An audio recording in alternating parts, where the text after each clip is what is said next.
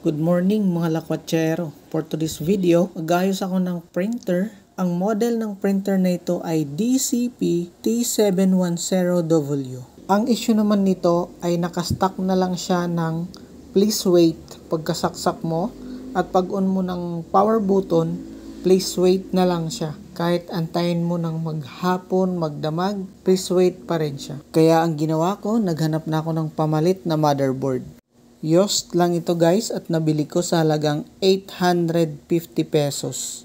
Nag-canvas din ako ng bago, nagre-range siya ng 2,500 hanggang 3,000. Sa totoo lang, sobra akong na-stress sa printer na to kung ano-ano nang linis ang ginawa ko.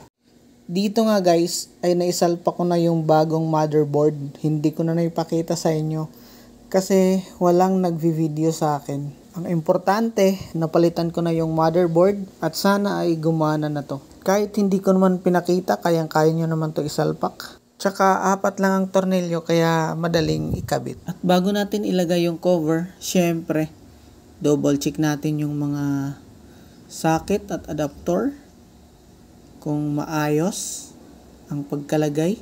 At dito nga, ikakabit ko na yung cover ng printer. Dito ay nahihirapan ako, kaya tinawag ko si Mrs. para hawakan niya yung camera.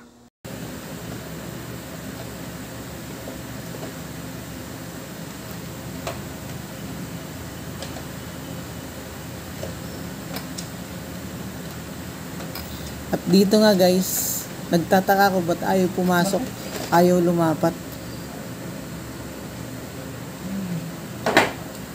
Kalimutan ko pala to. Kaya pala. Nakalimutan kong itulak pabalik yung housing ng motherboard kasi hinila ko yun para mailabas kanina.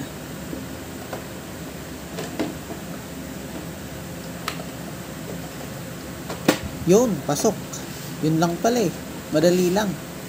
At dito naman, dinouble check ko yung pagkakabit ng connector ng heater. At saka yung isa pang socket na maliit. At saka itong bilog na magnet na ito, dapat nasa lagayan yan.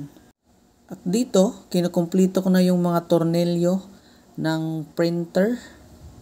Ganon din yung header. I-assemble ko na lahat para malaman na natin kung oobra yung ginawa natin. Pagkatapos, ay ikakabit na natin yung scanner, yung kalahati ng printer dito sa ibabaw. At dito, naikabit ko na yung scanner. Make sure na may balik din yung mga wire ng scanner. At saka iaayos ko lang dito yung dinadaanan ng mga wire para hindi maipit. Double check, baka may mga nakakalang sa loob ng printer. At ganoon din itong ribbon wire, dapat maayos yung pagkalagay at pagkasaksak dito sa slot. Ang hindi ko pa naikabit dito ay ang USB cable papuntang laptop. Ngayon, ilalagay ko na tong stand. Stand yata yung tawag dito eh. Nakalagay dito sa printer. Support papuntang scanner. Itutusok nyo lang siya guys. Kapag tumunog, ibig sabihin, nakalak na yan. Hindi ko may pasok guys kasi nagvi-video ko. Yung isa kong kamay na sa camera.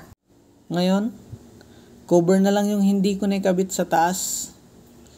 Pero mas magandang matesting muna natin to. Kung umobra yung ginawa nating pagpalit ng motherboard. Isaksak na natin para malaman. May message siya guys. Please close the scanner. Ayan, kasi nakataas yung scanner natin. Cover. Open daw eh. Yan, sinara na natin. Ano yung susunod na message? Tray not detected daw guys. Kaya ilagay natin yung tray.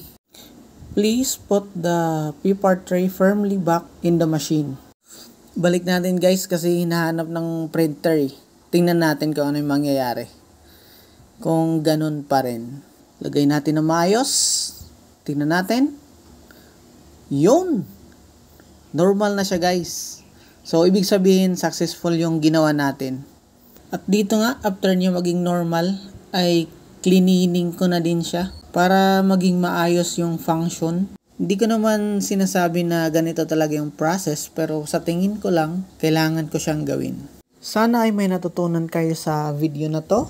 Kung nagustuhan nyo, please like and subscribe at share na din. Thank you for watching and see you on my next video.